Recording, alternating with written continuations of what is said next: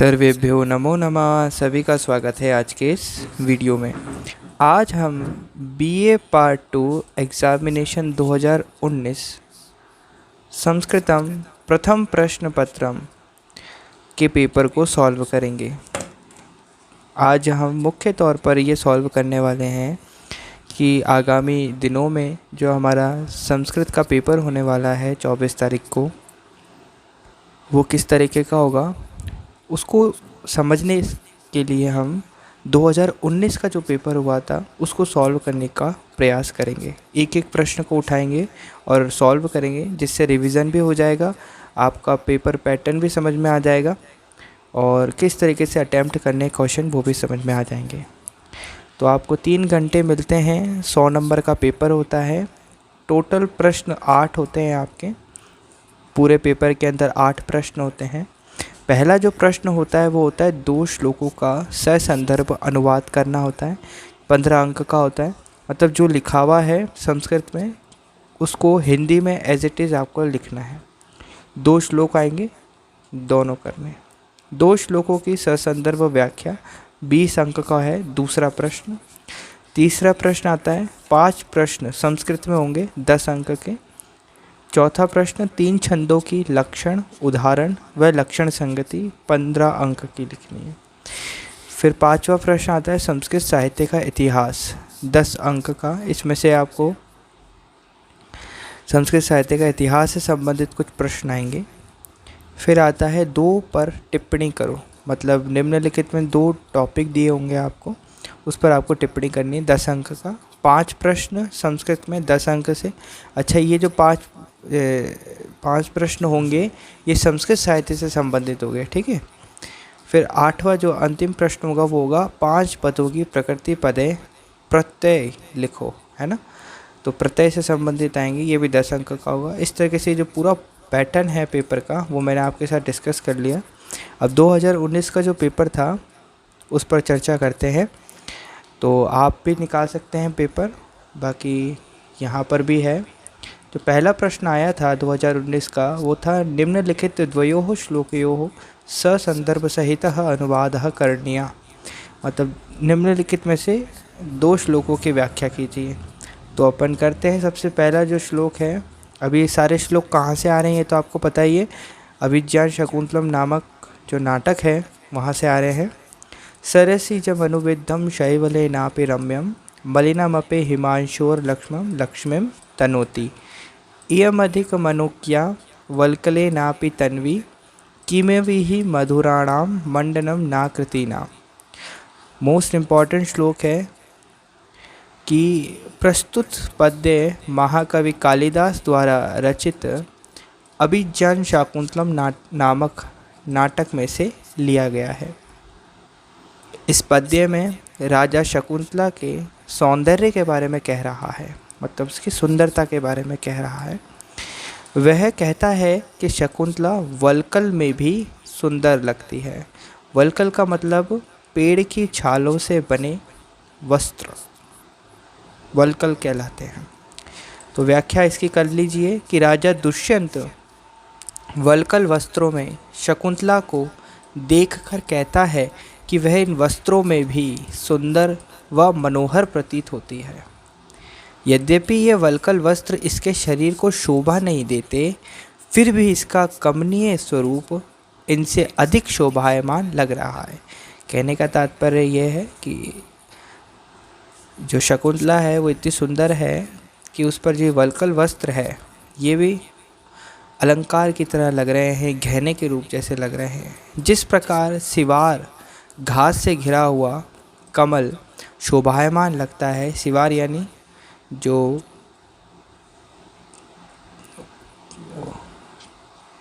कला वो होती है, एलगाई होती है, सिवार घास से घिरा हुआ कमल शोभायमान लगता है। काई जिसे अपन कहते हैं, काई से घिरा हुआ कमल भी शोभायमान लगता है। चंद्रमा का काला कलंक भी उसकी शोभा को बढ़ाता है। उसी प्रकार ये कृशांगी मतलब पतले अंग वाली शकुंतला वल्कलों में भी सुंदर लग रही है, क्योंकि प्रकृति से सुंदर शरीर वाले व्यक्ति प्रकृति से सुंदर शरीर वाले व्यक्ति को प्रत्येक वस्तु शोभा देती है। सहज सुंदर शरीर पर सभी वस्तुएं उसके सौंदर्य में वृद्धि करती हैं यानी बढ़ाती है। बिल्कुल इसी तरीके से सिंपल तरीके से आपको इसकी व्याख्याएं करनी है, अनुवाद करना है। पहला श्लोक हो चुका है। सेकंड जो श्लोक है वो है अयम स ते तिष्ठते संगमो सको विसंग से भीरु यतो अवधीर्णाम लभेत वा प्रार्थेत न वा श्रियम श्रिया दुरापह कथमिस्तो भवेत। मतलब यहाँ पर क्या हो रहा है कि तृतीय अंक से ये लिया गया है श्लोक। प्रियमवदा जब शकुंतला से, प्रियमवदा कौन है? शकुंतला के मित्र है। जब शकुंतला से राजा को प्रेम पत्र लिखने के लिए कहती है तो भय से उसका हृदय कांप उठता है। शकुंतला का हृदय कांप उठता है। यह सुनकर राजा कहता है अरे भीरु, भीरु मतलब होता है जो भय करता है, जिसको डर लगता है, उसे हम भीरु कहते हैं। अरे भीरु, जिससे तुम तिरस्कार की आशंका कर रही हो वह दुष्यंत तुमसे मिलने को उत्सुक तैयार खड़ा है। मतलब इस प्रसंग में, इसका प्रसंग क्या है कि प्रियमवदा शकुंतला को कह रही है पत्र लिखने के लिए, प्रेम पत्र लिखने के लिए कह रही है राजा को, है ना। तो शकुंतला डर रही है कि अगर मैंने प्रेम पत्र दुष्यंत को दिया, राजा को दिया, राजा दुष्यंत को दिया और उन्होंने मना कर दिया तो क्या होगा मेरा। इस डर से वो दे ही नहीं रही है, प्रेम पत्र लिख नहीं रही है या उसको प्रेषित नहीं कर रही है। तो ये सब सुन रहा है राजा पीछे, पेड़ के पीछे से, और वो कह रहा है अरे भीरू, अरे डरपोक, जिससे तुम तिरस्कार की आशंका कर रही हो यानी छूटने की आशंका कर रही हो, वह दुष्यंत तुमसे मिलने को उत्सुक तैयार खड़ा है। लक्ष्मी को चाहने वाला प्रार्थी लक्ष्मी को प्राप्त करे अथवा ना पाए, किंतु लक्ष्मी के द्वारा चाहा गया पुरुष उसे कैसे दुर्लभ हो सकता है। भाव यह है कि लक्ष्मी रूप शकुंतला के द्वारा चाहा गया दुष्यंत तुम्हारे यानी शकुंतला के लिए दुर्लभ कहाँ है। मैं दुष्यंत तुमसे मिलने के लिए तैयार हूँ। इस प्रकार से यहाँ पर लिख रखा है। 2 श्लोकों की व्याख्या हो चुकी है। तीसरा और चौथा श्लोक आप देख सकते हैं, मैं यहाँ पर दिखा रहा हूँ। तीसरा श्लोक जो है रम्याणि वीक्षय मधुरांश निशम्य शब्दान परिसुको भवति यस्सुखितो अपि जन्तुः तच्चेत्सा स्मरति नूनं बोधपूर्व भावस्थिराणि जननांतर सौहृदानि। तो इसका यहाँ पर व्याख्या दे रखी है, आप देख सकते हैं। और घ जो है वो ये रहा, मुनिसुता प्रणय स्मृति रोधिना मम च मुग्धमिदं तम सा मनः मनसि जनसखे प्रहर्षिता धनुषी चुतरांश निवेशितः। इसका जो व्याख्या है वो यहाँ पर है। हम सिर्फ केवल 2 की व्याख्या करेंगे और अब आगे बढ़ेंगे। जो दूसरा प्रश्न है कयोश्चित् द्वयोः श्लोकयोः स्वसंदर्भ व्याख्या कार्या, यानी इसके अंदर भी आपको व्याख्या करनी है। तो हम एक एक करके उठाते हैं। ऊपर के 2 की हम व्याख्या करेंगे, बाकी ग और घ मैं आपको दिखा दूंगा। गाहंता महिषा निपान सलिलम श्रीगमुस्ताड़ितम छाया बद गदम्बकम मृगकुलम रोमन्य भयस्तु विष्टप्त क्रियता वराहपतिभिः मुस्ताक्षति पल्लवले विश्राममं लब्धामिदं च शिथिल जायाबंदमस्मद् धनुः। प्रस्तुत श्लोक महाकवि कालिदास प्रणीत अभिज्ञान शाकुंतलम नाटक के 2य अंक से उद्धृत किया गया है। सेनापति जब राजा से मृग्या के गुणों का वर्णन करता है तब राजा कहता है कि सेनापति, हम आश्रम के निकट हैं, पास हैं, अतः मृग्या बंद कर देना चाहिए। मृग्या का मतलब क्या होता है? शिकार। शिकार बंद कर देना चाहिए। इस प्रकार राजा मृग्या से विरत होने की घोषणा करते हुए कहता है। यहाँ पर जो भी दे रखा है वो राजा कह रहे हैं। क्या कह रहे हैं? भैंसें अपने सींगों से बार बार मथे गए जलाशयों में निशंक होकर स्नान करें। मृगों का समूह पेड़ों की छाया में झुंड बनाकर निर्भय होकर जुगाली करे। बड़े बड़े सुअर निशंक होकर छोटे छोटे गड्ढों में नगर मोथा उखाड़ कर खाएं, और जिसकी प्रत्यंचा शिथिल कर दी गई है, ऐसा मेरा धनुष अब विश्राम करे। अर्थात हमारा धनुष जो जंगली पशुओं पर प्रहार करने में उद्यत था, अब विश्राम करें, क्योंकि उसकी प्रत्यंचा ढीली कर दी गई है। क्योंकि आश्रम में निवास कर चुके हैं, आश्रम में आ चुके हैं, और एक ऐसा नियम होता है कि आश्रम के जो भी जानवर हैं, आसपास के जो जानवर हैं, वो आश्रम के ही होते हैं, इसलिए वहाँ पर मृग्या ना हो, शिकार ना हो। तो वही दुष्यंत एक बुद्धिमान राजा का परिचायक दिख रहा है। तो पहला यहाँ पर हो गया। दूसरा जो श्लोक है उसकी व्याख्या करते हैं। अंतर्हिते शशिनी सैव कुमुद्वती में दृष्टिम न नंदयति संस्मरणीय शोभा, ईष्ट प्रवास जनिता ने बला जरस्य दुखानि नूनमति मात्र सुदुःसहनी। कि भाई अभिज्ञान शाकुंतलम से लिया गया है, चतुर्थ अंक से है। इसमें कण्व का शिष्य प्रातःकालीन कुमुदनी की शोभा का वर्णन करते हुए प्रिय के प्रवास में स्त्री जनों की स्थिति का वर्णन कर रहा है। वो कह रहा है, जो कुमुदनी पहले मेरे नेत्रों को आनंदित करती थी, वही कुमुदनी चंद्रमा के अस्त हो जाने पर स्मरणीय शोभा वाली होने से मेरी दृष्टि को आनंदित नहीं करती। निश्चय ही स्त्रीजनों यानी अबलाओं के लिए प्रिय के परदेश चले जाने पर उत्पन्न दुख अत्यंत असहनीय हो जाता है।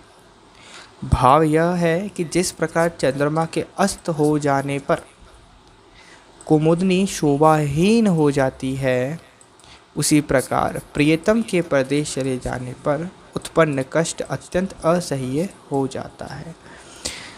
तात्पर्य यह है कि आपने देखा होगा सूरजमुखी का जो फूल होता है, जब सूरज की किरणें उस पर पड़ती हैं तब वो खिल उठता है, परंतु सूर्य की किरणों के अभाव में उस वृक्ष की जो स्थिति होती है वो सुंदर नहीं होती है, शोभायमान नहीं होती है। बिल्कुल इसी प्रकार से एक कुमुदनी का फूल भी होता है जो चंद्रमा की किरणों के आधार पर खिलता है और मुरझाता है। तो उसका उदाहरण देते हुए कण्व का जो महर्षि कण्व हैं, उनके जो शिष्य है वो उनको समझा रहे हैं कि जब प्रिय विदेश चला जाता है, परदेश चला जाता है, तब जो प्रियतमा होती है उसकी जो पीड़ा होती है वो असहनीय हो जाती है। इस प्रकार से है। अब आगे हम बढ़ते हैं। ये जो तीसरा श्लोक है उसकी व्याख्या यहाँ दे रखी है, आप इसका स्क्रीनशॉट खींच सकते हैं, पढ़ सकते हैं। घ जो है वो उसकी भी यहाँ पर व्याख्या दे रखी है। घ की ये व्याख्या, ये घ है, ठीक है। चलिए अब आगे बढ़ते हैं। तीसरा जो है वो था अभिज्ञान शाकुंतलम धृकृते केशाचित पंच प्रश्नानाम संस्कृत भाष्या उत्तराणी दयानी। मतलब ये जो 10 प्रश्न हैं, इनमें से किन्हीं 5 प्रश्नों का आपको संस्कृत में उत्तर देना है। तो पहला प्रश्न है, अभिज्ञान शाकुंतलम ग्रंथस्य लेखकः कः, यानी अभिज्ञान शाकुंतलम ग्रंथ के लेखक कौन है। तो यहाँ इसका उत्तर दे रखा है महाकवि कालिदासः। दूसरा प्रश्न, अभिज्ञान शाकुंतलस्य नायकः कः अस्ति, यानी अभिज्ञान शाकुंतलम नाटक में नायक कः अस्ति, नायक कौन है। तो दुष्यन्तः। अस्मिन् नाटके विदूषकस्य नाम किम, यानी इस नाटक में विदूषक का नाम क्या है। तो मांडव्य। शकुंतलायाः मातुः नाम किम, शकुंतला की माता का नाम क्या था, मेनका। अब देखिए यहाँ पर आप गौतमी मत कर दीजिएगा। गौतमी तो कौन थी, गौतमी तो इनको पालने वाली थी, लेकिन शकुंतला की जो वास्तविक माता थी, मूल जो माता थी जिन्होंने शकुंतला को जन्म दिया था, वो थी मेनका। कौन थी, मेनका। और इसी तरीके से पिता जो है, पिता महर्षि कण्व नहीं है, पिता जो होंगे वो कौन होंगे, महर्षि विश्वामित्र होंगे। ठीक है। भवितव्यानां द्वाराणि भवन्ति सर्वत्र सूक्ति कस्मिन् नाटके अस्ति, तो अभिज्ञान शाकुंतले नाटके अस्ति। शकुंतलायै शापम कः ददाति, शकुंतला को शाप किसने दिया था, तो महर्षि दुर्वासा। शकुंतला कस्य आश्रमे निवसति, शकुंतला किस आश्रम में निवास करती थी, किसके आश्रम में निवास करती थी, तो महर्षि कण्वस्य आश्रमे निवसति। दुष्यंतस्य पुत्रस्य नाम किम, दुष्यंत के पुत्र का नाम क्या था, तो सर्वदमनः। अस्मिन् नाटके मंगलाचरणे कस्य देवस्य स्तुति कृतः, इस नाटक में मंगलाचरण में किस देवता की स्तुति की गई है, भगवान शिवस्य अष्टमूर्ति रूपस्य देवस्य स्तुति कृतः। ठीक है।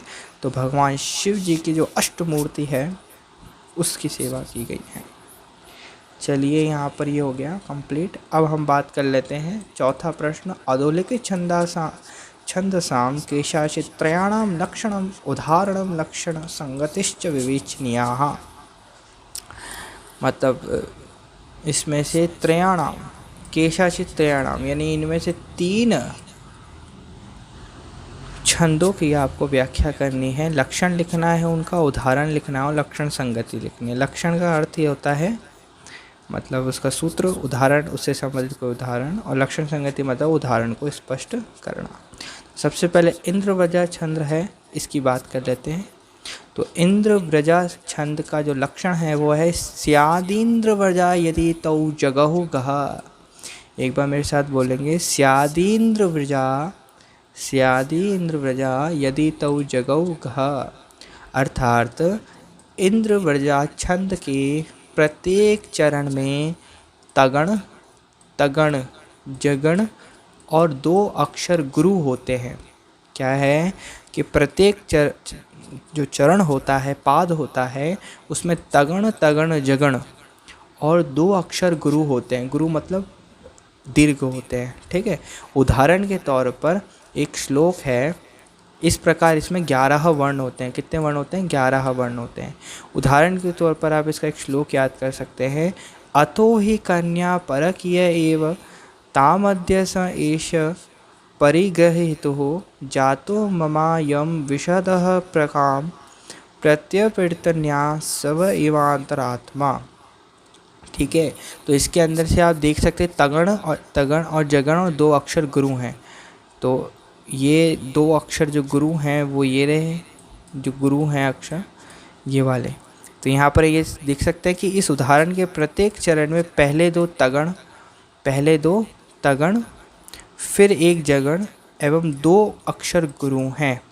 इस प्रकार कुल 11 वर्ण होने से यहाँ इंद्रव्रजा छंद है, इंद्रव्रजा छंद है। ये इस तरीके से आपको लिखेंगे तो बहुत अच्छी तरीके से आपको अंक मिलने की संभावना है। आगे वाला जो श्लोक है, छंद है, वह है वसंत तिलका। तो इसका जो लक्षण होता है उक्ता वसंत तिलका तबझा जगौ गः। उक्ता वसंत तिलका तबझा जगौ गः। उक्ता वसंत तिलका तबझा जगौ गः।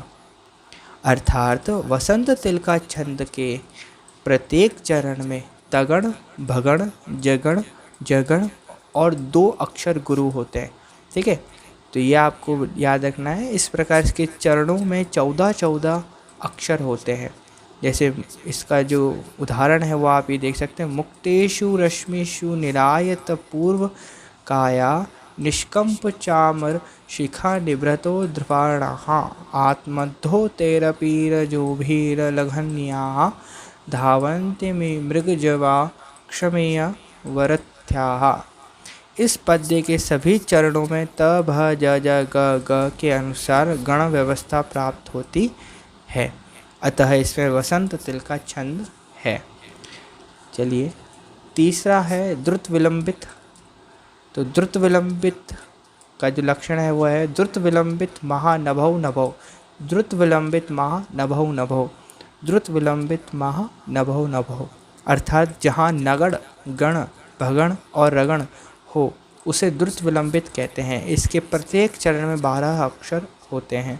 जैसे अभिमुखे मयि सहतमक्षणम हसितमन्ये निमित्त कथोदयम विनयवारित वृत्तिरिस्त या न विवृतो मदनो न संवृतः।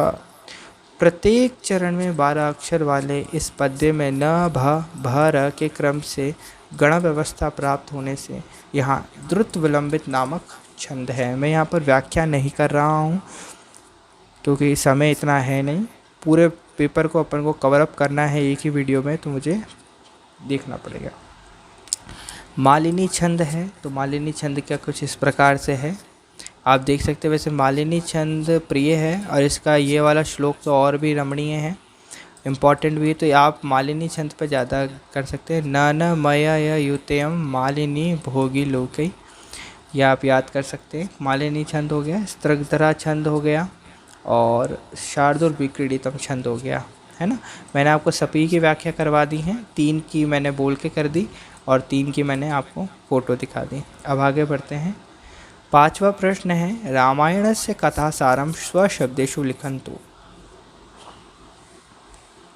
मतलब रामायण की जो कथा सार है उसको अपने शब्दों में लिखिए। और दूसरा प्रश्न आया था, कालिदास से व्यक्तित्वम कृतत्वम च विषयमुद्रिकत्ते एकम निबंधम लिखन्तु। यानी कालिदास का जो व्यक्तित्व है और उनकी जो रचनाएं हैं उस पर एक निबंध लिखिए। तो सबसे पहले तो रामायण की कथा सार को जान लेते हैं कि रामायण महर्षि वाल्मीकि द्वारा रचित एक महाकाव्य है जो भगवान राम के जीवन पर आधारित है। सिंपल सी बात है।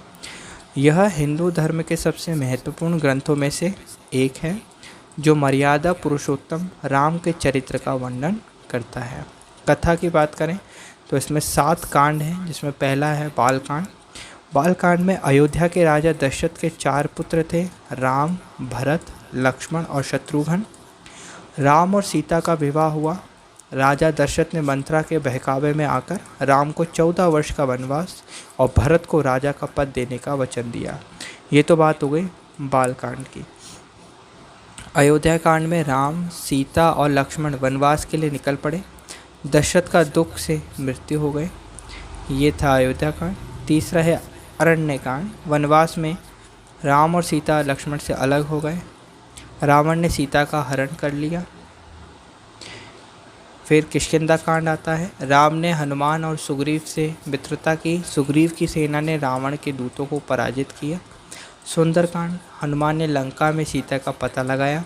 सीता को रावण के अशोक वाटिका में बंदी बनाकर रखा गया था। लंका कांड, राम और रावण के बीच युद्ध हुआ। रावण का वध हुआ। सीता को राम के पास वापस लाया गया। उत्तरकांड, राम और सीता अयोध्या लौटे। राम का राज्याभिषेक हुआ। सीता को अग्नि परीक्षा देनी पड़ी। सीता को वनवास भेज दिया गया। राम के 2 पुत्र हुए, लव और कुश। राम ने अश्वमेध यज्ञ किया। राम ने त्याग किया और सरयू नदी में समा गए। फिर उसके बाद कालिदास। तो कालिदास संस्कृत साहित्य के महाकवि थे। तो इनका परिचय देख लीजिए कि कालिदास, जिन्हें भारत का शेक्सपियर भी कहा जाता है, जिससे मैं बिल्कुल भी सही नहीं लगता मुझे ये वाक्य कि कालिदास जी को भारत का शेक्सपियर कहा जाता है, क्योंकि शेक्सपियर तो बाद के थे, कालिदास तो सबसे पहले थे, है ना। तो भारत के शेक्सपियर, तो शेक्सपियर को ज़्यादा बताया जा रहा, कालिदास को कम बताया जा रहा है। तो ये तो मैं ऐसे यहाँ पर मैंने लिख दिया, बाकी भारत का शेक्सपियर ये सही नहीं है। संस्कृत साहित्य के सबसे प्रसिद्ध कवि और नाटककार थे। उनकी रचनाओं में प्रकृति, प्रेम, मानव जीवन और भारतीय संस्कृति का अद्भुत चित्रण मिलता है। कालिदास के परिचय में आप देख सकते हैं, जीवन इनका देख सकते हैं आप। कालिदास के जीवन काल के बारे में कोई निश्चित जानकारी नहीं है। कुछ विद्वानों का मानना है कि 5वीं शताब्दी ईस्वी में गुप्त काल के दौरान रहते थे, जबकि अन्य उन्हें 11वीं शताब्दी ईसा पूर्व का मानते हैं। नहीं, 11वीं नहीं है, 1वीं शताब्दी लिखा हुआ।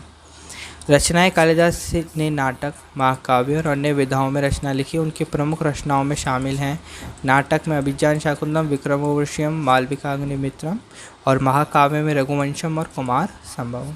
इनकी विशेषताएं क्या है कि सौंदर्य बोध, कालिदास की रचनाओं में प्रकृति और मानव जीवन का सौंदर्य चित्रण मिलता है। भावनाओं की अभिव्यक्ति। कालिदास प्रेम, करुणा, क्रोध, भय जैसी भावनाओं को बखूबी व्यक्त करते हैं। भाषा का सौंदर्य देखा जाए तो भाषा सरल, सुंदर और प्रभावशाली है। अलंकारों का प्रयोग, अनेक अलंकारों का प्रयोग किया गया है। महत्व क्या है कि कालिदास को संस्कृत साहित्य का सबसे महान कवि माना जाता है।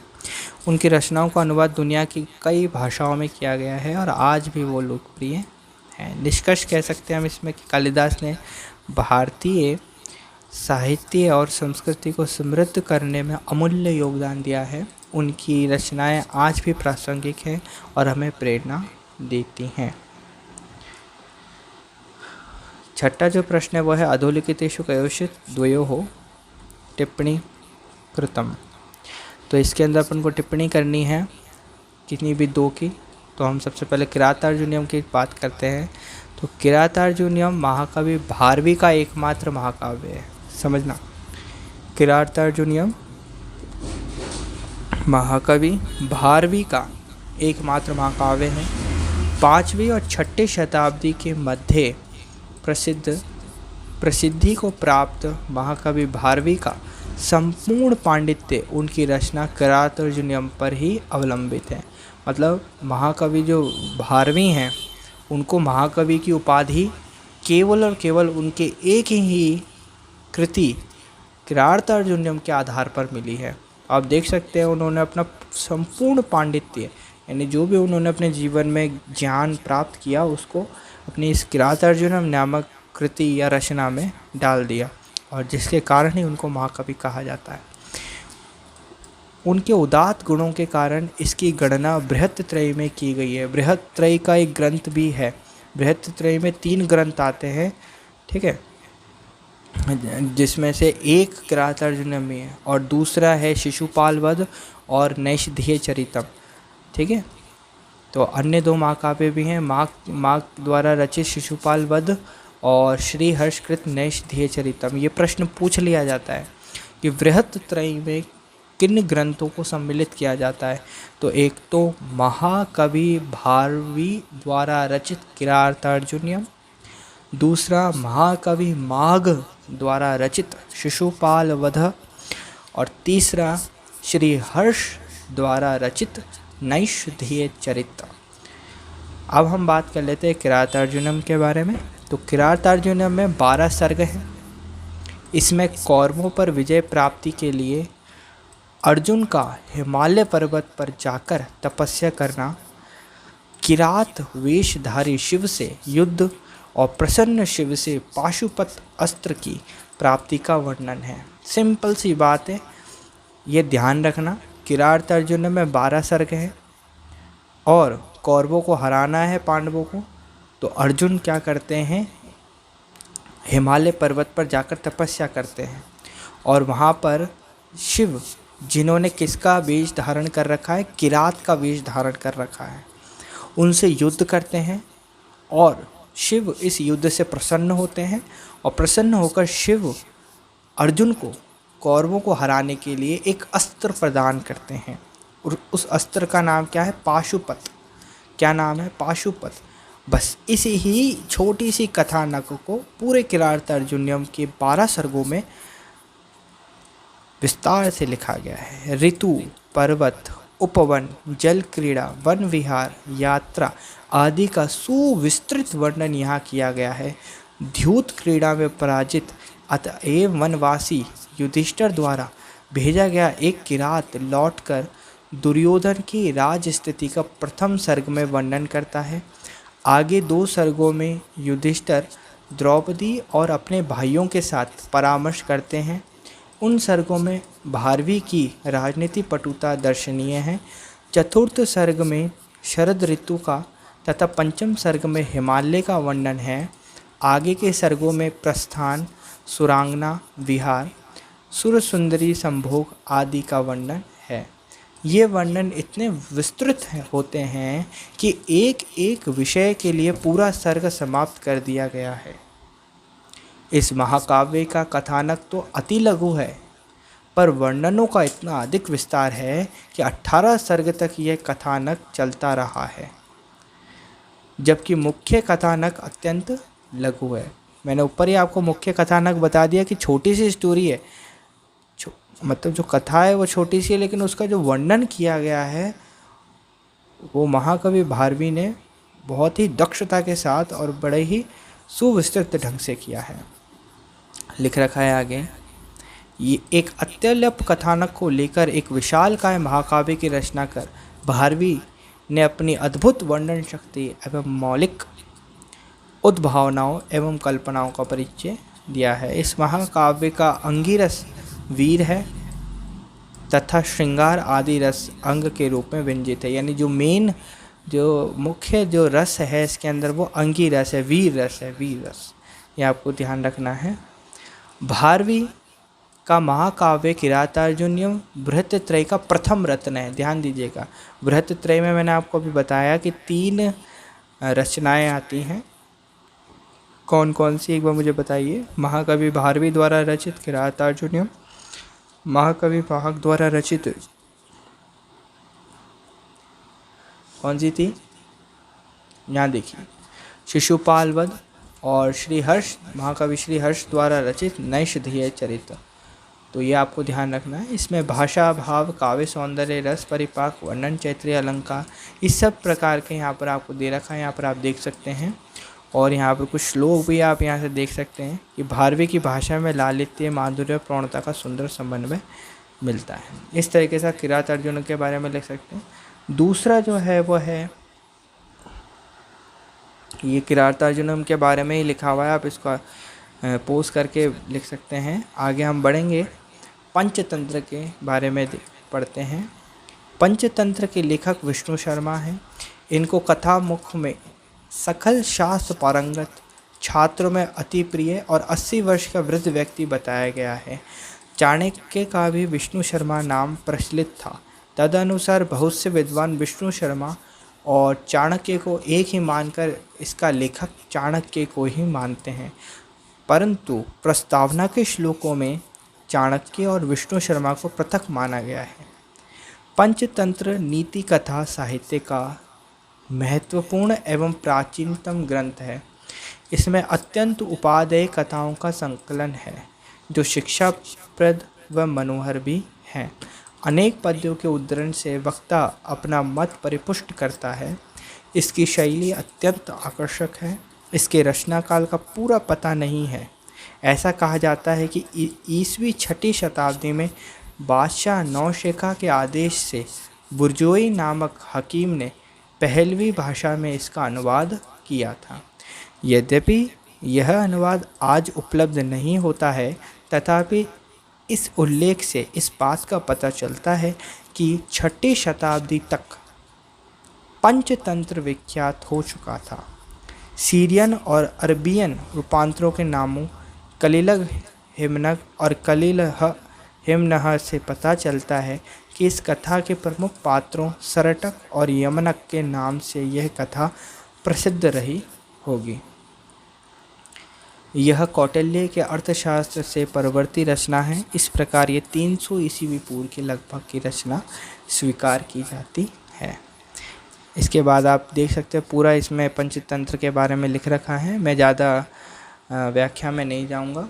बाकी जो स्वप्नवासम दत्तम और दश कुमार चरितम है इसके बारे में आप खुद से देखें, आपको मिल जाएगा। अब आगे हम बढ़ते हैं और 7वां जो प्रश्न है, केशाचन पंच प्रश्नानाम उत्तराणि संस्कृत माध्यमेन लिखन्तु। तो इसमें 7वां प्रश्न ये कहता है कि 5 प्रश्नों का आपको संस्कृत भाषा में उत्तर देना है। तो पहला है, शतसाहस्री संहिता कस्य ग्रंथस्य नाम अस्ति। शतसाहस्री संहिता किस ग्रंथ का नाम है? तो रामायण से, रामायण को शतसाहस्री संहिता कहा जाता है, ऐसी जिसमें 10,000 श्लोक हैं। 10 लाख बोलते हैं वैसे तो शायद तक। शतसाहस्री, हाँ सहस्त्री, सहस्त्र शीर्ष, हजारों। तो उपमा ख है, उपमा कस्य प्रसिद्ध अस्ति, यानी उपमा किसकी प्रसिद्ध, किसकी मतलब किसको प्रसिद्ध है? तो कालिदास की है। श्रीमद् भगवद गीतायाः लेखक कः अस्ति। श्रीमद् भगवद गीता के लेखक कौन? तो कृष्ण द्वैपायन वेदव्यास हैं। कादम्बरी कस्य रचना अस्ति, कादम्बरी किसकी रचना है, तो कादम्बरी बाणभट्ट की रचना है। वृत्तत्रयी मध्ये कानि महाकाव्यानि परिगणितानि, तो वृत्तत्रयी मध्ये कानि महाकाव्यानि परिगणितानि, मैंने आपको कहा था कि वृत्तत्रयी के मध्य किन महाकाव्यों को लिया जाता है, तो वृत्तत्रयी में किरातार्जुनीयम, शिशुपालवधम और नैषधीयचरितम महाकाव्यानि परिगणितानि। उत्तररामचरितम नाटकस्य लेखकः कः, उत्तररामचरितम रामचरितम पढ़ते ही बोले वाल्मीकि रामायण नहीं, महाकवि भवभूति ने उत्तर रामचरितम लिखी थी, ठीक है, महाकवि भवभूति। हितोपदेशः ग्रन्थस्य प्रणेता कः अस्ति, तो नारायण पंडितः हितोपदेशः ग्रन्थस्य प्रणेता अस्ति। अश्वघोषस्य रचनाया द्वयं लिखन्तु, यानी अश्वघोष की 2 रचनाओं को लिखिए। तो अश्वघोष की 2 रचनाएं हैं बुद्ध चरितम और सौंदर्य नंद। नीति शतकम ग्रंथ से रचनाकारः कः अस्ति, तो भर्तृहरि। नीति शतकम माघ द्वारा लिखितम महाकाव्यम किम, माघ द्वारा लिखित, तो महर्षि माघ द्वारा मैंने आपको बताया शिशुपालवध, जो बृहत त्रयी का भी एक अंग है, ये आपको ध्यान रखना है। अंतिम जो है वो है केशाचन पंचपदानो प्रकृति प्रत्ययो लेखन्यो, मतलब किसी भी 5 प्रकृति मतलब प्रत्ययों को लीजिए और उनकी प्रकृति लिखिए। तो ये भी आप देख सकते हैं। तो इसमें से हम सबसे पहला पद उठाएंगे हुतम। तो हुतम आपको देख लीजिए आपको कैसे लिखना है, पद, प्रकृति और प्रत्यय, ठीक है। तो पद है हुतम, इसकी प्रकृति में, प्रकृति यानी इसकी धातु, हु धातु है और हुतम तम कृत, तो इसमें कृत प्रत्यय लग रहा है। अब जो कृत प्रत्यय है उसका एक सूत्र होता है कृत वतु निष्ठा। इस सूत्र में क्या होता है कि किसी कार्य की समाप्ति का बोध कराने वाले स्थान पर कृत तथा कृतवतु प्रत्यय होते हैं। कृत तथा कृतवतु प्रत्यय की निष्ठा संज्ञा होती है। कौन सी संज्ञा होती है, निष्ठा संज्ञा होती है। कृत में क्री की लक्षक तद्भिते से तथा कृतवतु में क की एवं ऊ की इत संज्ञा होती है। इस प्रकार त एवं तवत शेष रहता है, ये आपको ध्यान रखना है। बिल्कुल इसी तरीके से आगे भी करना है। अभी टाइम हो चुका है तो इसलिए मैं आपको दिखा देता हूँ। ये दूसरा जो है दयमानहा है, इस पद के बारे में हमने लिख रखा है, और एक है रमणीयम, है ना। तो इस तरीके से आपको लिखना है। तो आज की वीडियो में इतना ही। पूरा हमने 2019 का जो पेपर था वो डिस्कस किया। अगर आपको वीडियो पसंद आए तो वीडियो को लाइक करें और चैनल को सब्सक्राइब करें। धन्यवाद।